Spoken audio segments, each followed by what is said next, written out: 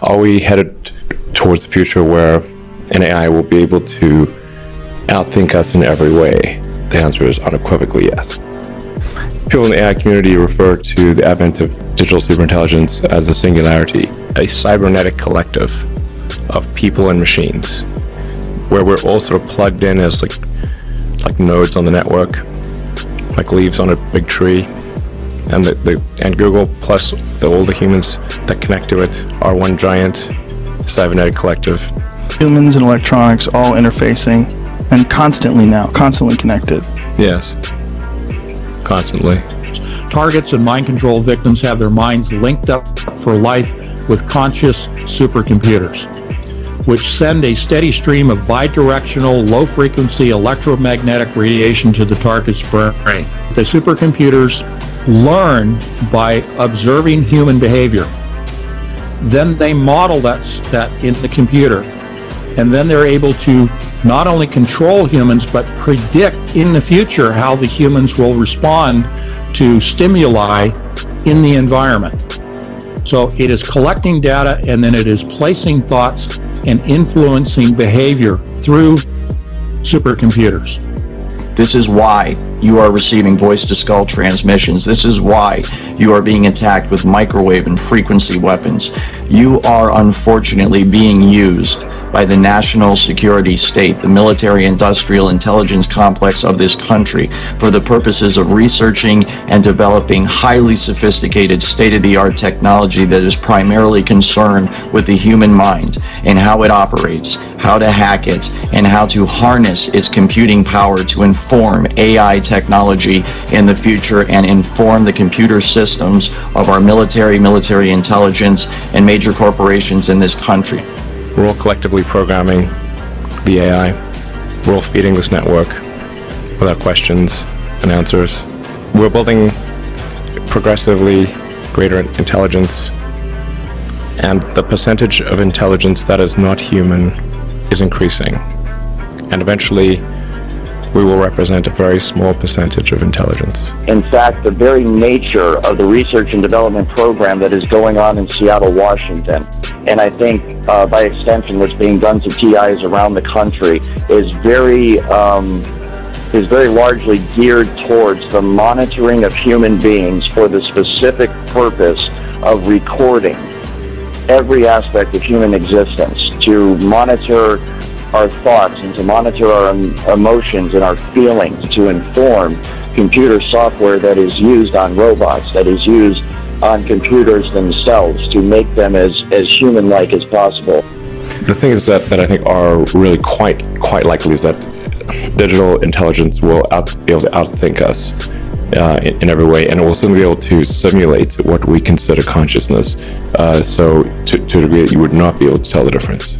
And from the aspect of the scientific method, it might as well be consciousness if we can simulate it perfectly. If you can't tell the difference, when this is sort of the Turing test, but think of a more sort of advanced version of the Turing test. It can literally stop your own thoughts from happening and replace them with other thoughts by sending thoughts to your head. And it's so sophisticated that you cannot tell where these thoughts are coming from. There's no way to discern that they're coming from somewhere other than your own mind.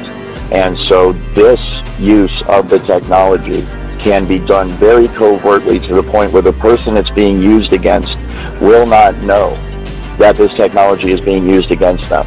So you can imagine how bad this would be for people that don't even realize this technology exists, and they're having these thoughts which they think are spontaneous, and that's exactly what it can be used for. It can be used to sway people in terms of their opinion, to make them go along with a certain agenda. It can be used to turn groups of people or individuals against each other for whatever purpose, and messing with people's thoughts is really concerning, and it is so advanced now that they can do it without people even realizing it's being done.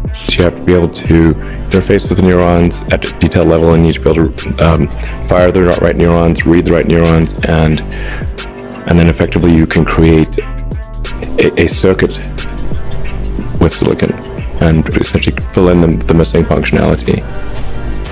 And then over time, we develop a tertiary layer. So if like limbic system is a primary layer, Then the cortex is like the second layer. And then there's a tertiary layer, which will be digital superintelligence.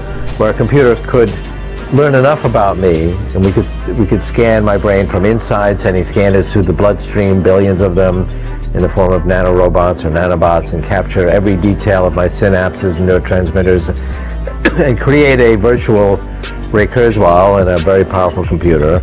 And it would be indistinguishable from me. It would pass a Ray Kurzweil Turing test. You could create a copy of me and I could still be here. Right. So is that the same entity as me? Well, since I might not even know that you scanned my brain, and you come to me and say, well, we got this scan and recreation, we don't need you anymore, but I don't even know that exists.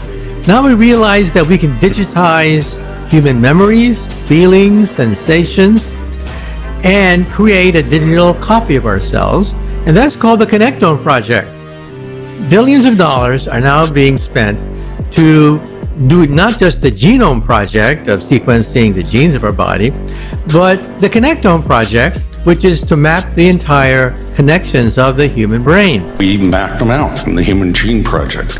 Well, now it's the Human Mind Project, the Global Brain Project. You know, President Obama just recently funded a whole bunch of scientists to decipher the mind. Well, our previous president, same thing, George Bush, said the same thing. They're trying to decipher every possible thought and uniqueness due to culture and language and whatnot.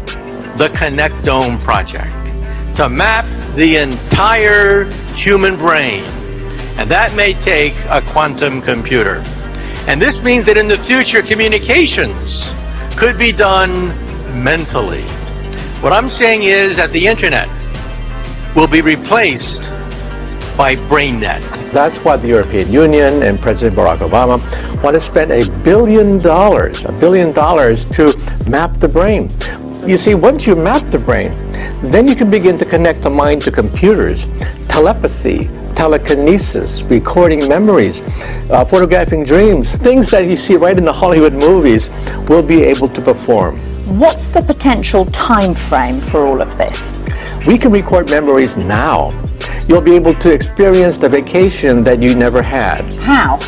By recording the memories and then putting it on a tape and then having these memories reinserted into your mind. It sounds like there are some ethical issues with that.